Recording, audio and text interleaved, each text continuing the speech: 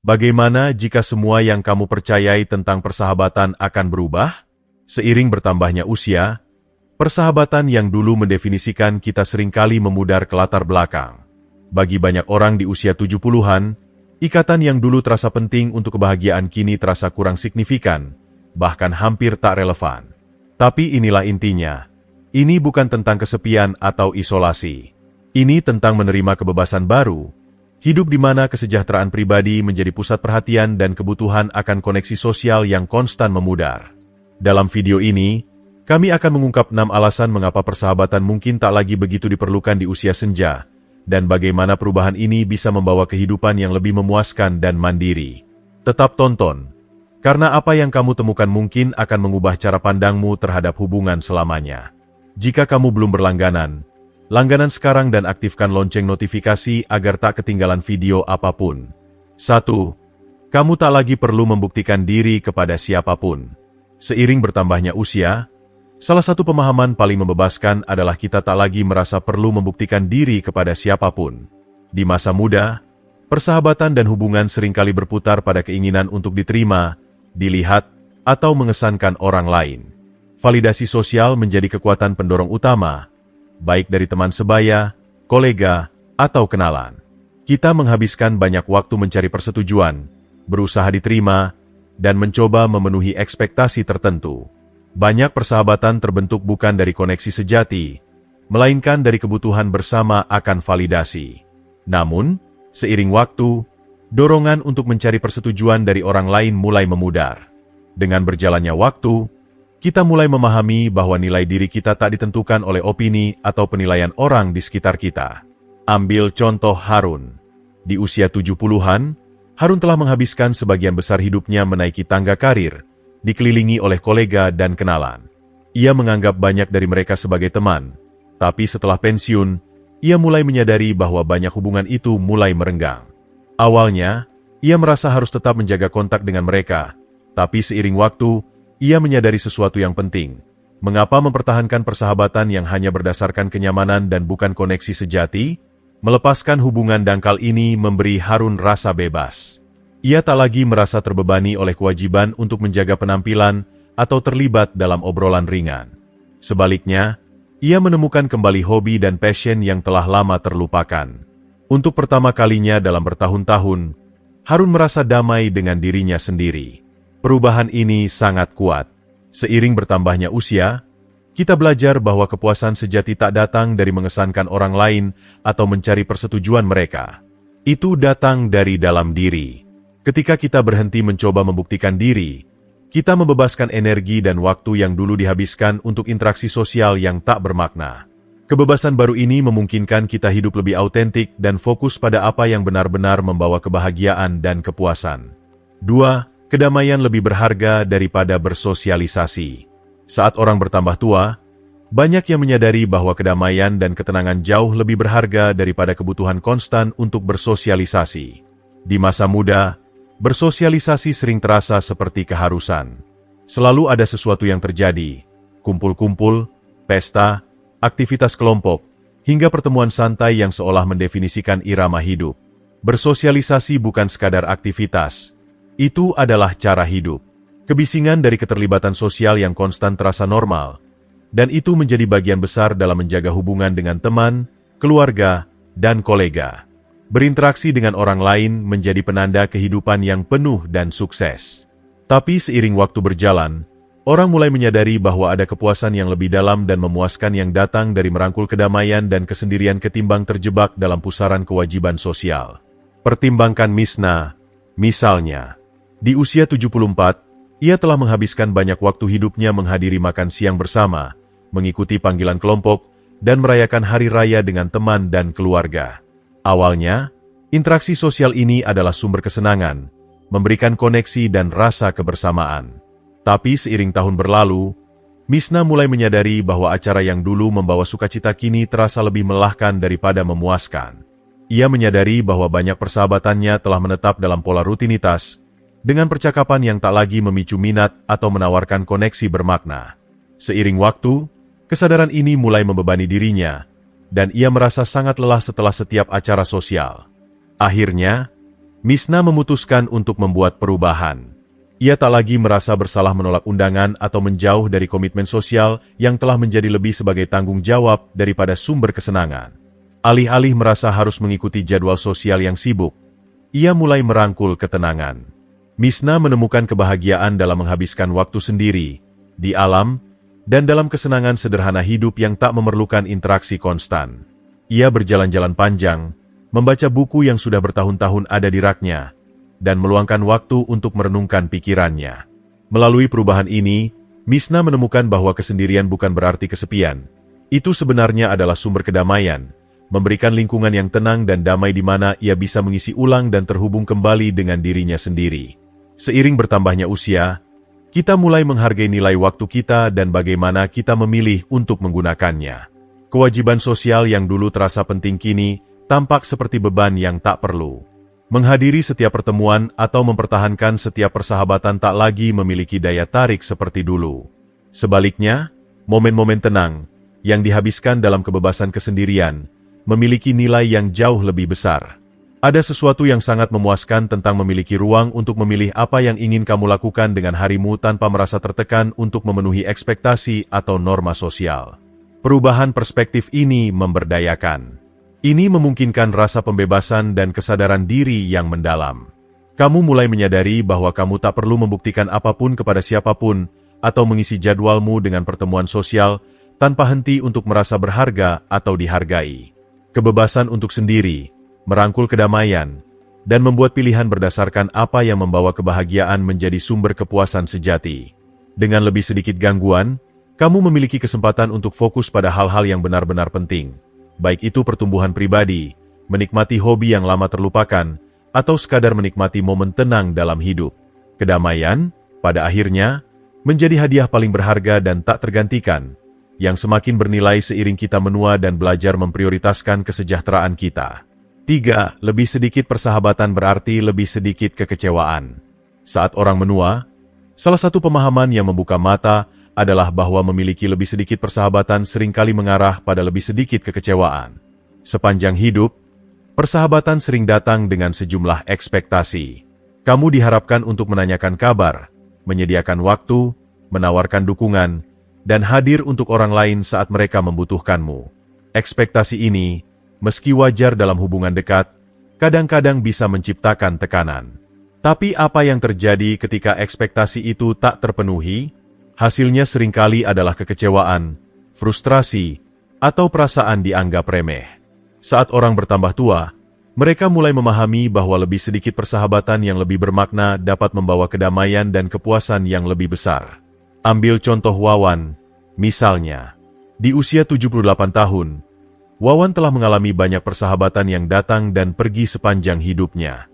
Selama masa mudanya, ia selalu menjadi orang yang berusaha, menghubungi teman, membuat rencana, dan berupaya sebaik mungkin untuk mempertahankan hubungan tersebut. Namun, seiring waktu berlalu, Wawan menyadari bahwa banyak dari persahabatan itu mulai memudar. Beberapa orang yang ia kenal selama puluhan tahun menjadi terlalu sibuk dengan hidup mereka sendiri, sementara yang lain tampak terganggu atau tak tertarik untuk menjaga hubungan. Awalnya, ini mengganggu Wawan.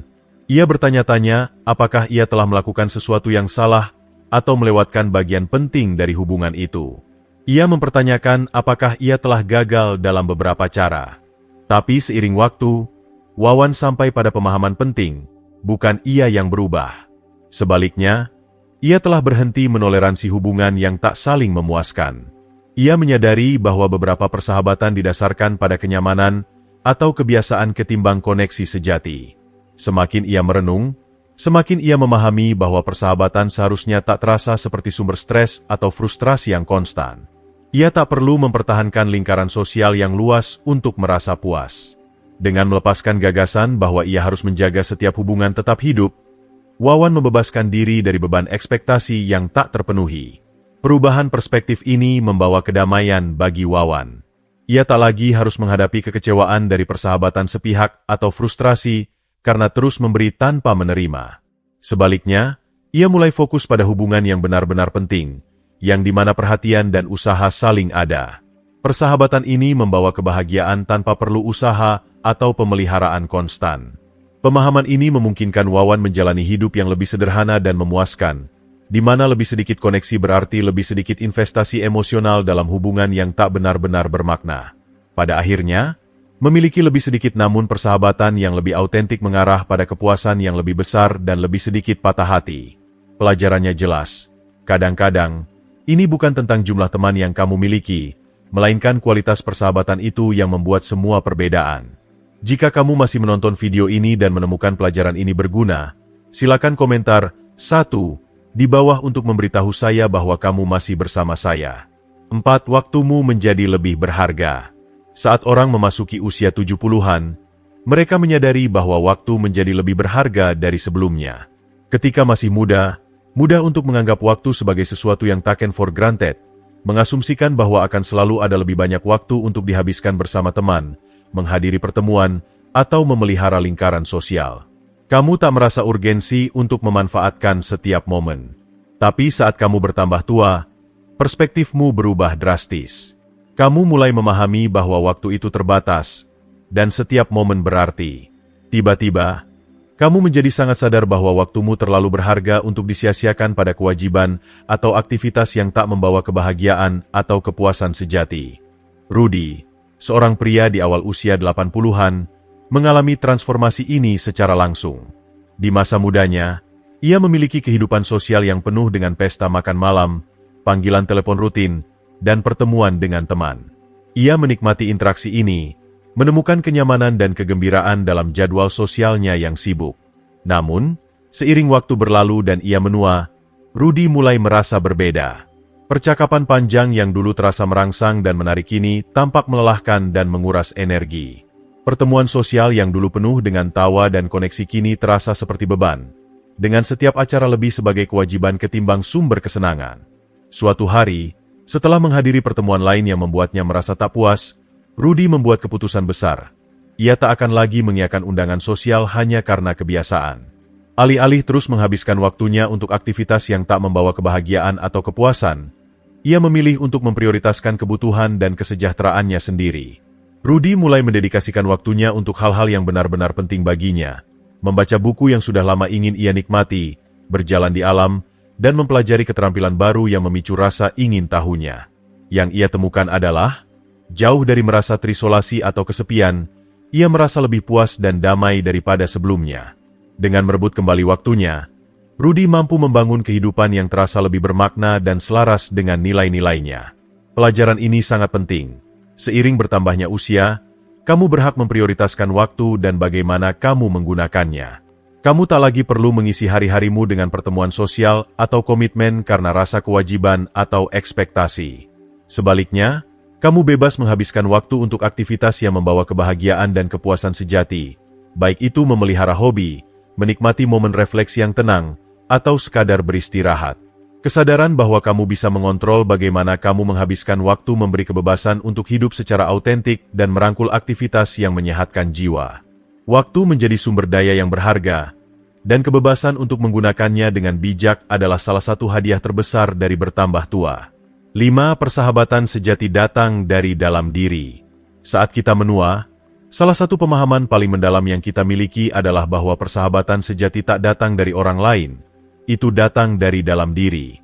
Sepanjang hidup, kita sering diberitahu bahwa kebahagiaan ditemukan melalui koneksi sosial dan bahwa kesepian adalah sesuatu yang harus dihindari dengan segala cara. Masyarakat sering memperkuat gagasan bahwa nilai dan kebahagiaan kita terkait dengan berapa banyak orang yang mengelilingi kita. Tapi saat kita menua, kita mulai menyadari bahwa persahabatan paling memuaskan yang bisa kita alami adalah yang kita miliki dengan diri kita sendiri. Ambil contoh Eliana. Misalnya, di usia 76, Eliana telah menghabiskan banyak hidupnya dengan keyakinan bahwa ia membutuhkan aliran interaksi sosial yang konstan untuk merasa bahagia. Hari-harinya dipenuhi dengan rencana dan kewajiban, makan siang dengan teman, aktivitas kelompok, dan pertemuan rutin. Meski selalu dikelilingi orang, Eliana sering merasa lelah dan tak puas. Ia mulai menyadari pola yang berulang. Banyak persahabatannya lebih tentang rutinitas dan menjaga penampilan ketimbang koneksi sejati. Hubungan yang telah ia investasikan begitu banyak waktu dan energi tak memberikan kepuasan mendalam yang ia harapkan. Pada titik ini, Eliana mendapat pencerahan. Ia menyadari bahwa, selama sebagian besar hidupnya, ia telah mengejar validasi sosial dan gagasan tentang persahabatan eksternal ketimbang belajar merasa nyaman dengan dirinya sendiri. Ia memutuskan untuk mundur dari kewajiban sosial biasanya dan mulai menghabiskan lebih banyak waktu sendirian. Alih-alih merasa kesepian, ia mulai menikmati aktivitas yang membawa kedamaian dan kebahagiaan, seperti membaca, berjalan, dan merenung. Saat ia menghabiskan lebih banyak waktu dengan dirinya sendiri, Eliana terkejut menemukan betapa jauh lebih bahagia dan puas ia menjadi. Kesendirian yang dulu tampak menakutkan kini terasa menyegarkan dan memberdayakan. Ketika kamu merangkul kesendirian dan belajar menikmati kebersamaan dengan diri sendiri, sesuatu yang luar biasa terjadi. Kamu membuka rasa kebebasan dan kepuasan yang unik pada tahap hidup ini. Kamu tak lagi bergantung pada orang lain untuk validasi, hiburan, atau persahabatan. Sebaliknya, kamu menjadi sumber kebahagiaan, kebijaksanaan, dan kepuasanmu sendiri. Kamu mulai menyadari bahwa hubungan yang kamu miliki dengan diri sendiri adalah yang terpenting, dan begitu kamu memeliharanya, segalanya menjadi pada tempatnya. Persahabatan mendalam dengan diri sendiri ini membawa kedamaian dan ketenangan yang tak bisa diberikan oleh koneksi eksternal semata. Kamu tak lagi merasa perlu terus dikelilingi orang lain untuk merasa lengkap.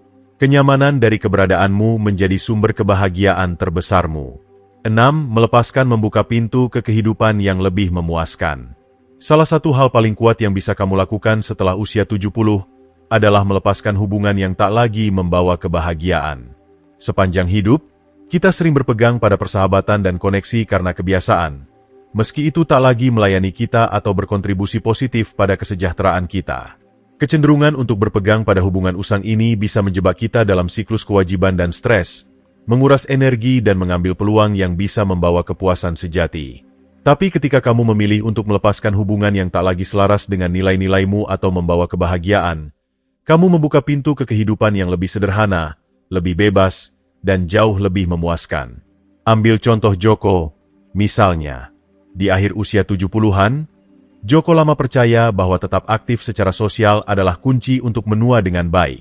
Ia selalu dikelilingi teman, rutin menghadiri pertemuan, dan merasa bahwa jadwal sosial yang sibuk adalah tanda kehidupan yang baik. Namun, seiring waktu berlalu, Joko mulai menyadari bahwa ia tak menikmati kehidupan sosialnya seperti dulu. Percakapan mulai terasa berulang, dan pertemuan sosial yang dulu menggairahkannya kini terasa lebih seperti kewajiban ketimbang momen koneksi. Ia mendapati dirinya hanya menjalani rutinitas, menghadiri acara, dan mempertahankan persahabatan, tapi sepanjang waktu itu, ia tak lagi merasakan kebahagiaan atau kepuasan yang dulu ada. Suatu hari, Joko memutuskan bahwa ia sudah cukup. Ia menyadari bahwa ia mempertahankan hubungan hanya karena rutinitas, dan sudah waktunya untuk perubahan. Ia berhenti memaksakan diri untuk menjaga persahabatan yang tak lagi terasa bermakna, dan malah fokus pada apa yang benar-benar penting baginya. Ia mulai memprioritaskan kesehatannya, menghabiskan lebih banyak waktu di luar ruangan, dan mendedikasikan diri pada aktivitas yang membawa kebahagiaan dan kedamaian. Dengan melepaskan hubungan yang telah menjadi beban, Joko mampu merangkul kebebasan dan kesederhanaan yang datang dengan lingkaran teman yang lebih kecil dan lebih banyak waktu untuk dirinya sendiri. Hasil dari perubahan ini, Joko merasa lebih ringan, lebih bahagia, dan lebih damai daripada yang ia rasakan dalam bertahun-tahun. Dengan melepaskan tekanan untuk mempertahankan kewajiban sosial dan tak lagi khawatir tentang menjaga penampilan atau memenuhi ekspektasi orang lain, Joko menemukan rasa kepuasan yang baru. Ia belajar bahwa melepaskan apa yang tak lagi melayaninya membuka ruang untuk apa yang benar-benar membawa kebahagiaan. Proses melepaskan ini transformatif, memungkinkan ia hidup lebih autentik dan menikmati hidup sesuai keinginannya. Pada akhirnya, memilih untuk melepaskan hubungan yang tak lagi melayani kita adalah tindakan perawatan diri yang kuat. Ini membebaskan kita dari beban kewajiban dan memungkinkan kita fokus pada apa yang benar-benar penting: kesehatan, kebahagiaan, dan pertumbuhan pribadi kita. Melepaskan membuka pintu ke kehidupan yang lebih sederhana, lebih terarah, dan jauh lebih memuaskan, memungkinkan kita merangkul keindahan hidup dengan tujuan dan kedamaian. Seperti yang telah kita jelajahi hari ini, bertambah tua membawa beberapa pemahaman mendalam yang benar-benar dapat meningkatkan cara kita menjalani hidup. Dari melepaskan kebutuhan untuk membuktikan diri kepada orang lain, hingga memahami nilai kedamaian di atas bersosialisasi terus-menerus dan belajar memprioritaskan waktu serta hubungan kita, setiap wawasan ini dapat membawa kita ke kehidupan yang lebih memuaskan, autentik, dan penuh sukacita. Pelajaran yang kita bagikan hari ini semuanya tentang merangkul siapa kita, menemukan kepuasan dari dalam, dan melepaskan hal-hal yang tak lagi melayani kita. Jadi, apa yang telah kamu pelajari sejauh ini? Adakah satu pelajaran tertentu yang menonjol bagimu? Mungkin kamu menyadari bahwa persahabatan sejati dimulai dari diri sendiri, atau bahwa lebih sedikit persahabatan bisa mengarah pada lebih sedikit kekecewaan. Apapun itu, kami ingin mendengar darimu.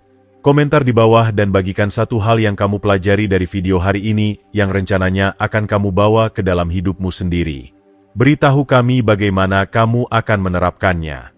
Jika kamu menyukai video ini, silakan tinggalkan komentar di bawah, dan jangan lupa untuk menyukai, membagikan, dan berlangganan ke saluran YouTube kami untuk konten lebih banyak seperti ini. Terima kasih telah menonton, dan sampai jumpa di video berikutnya.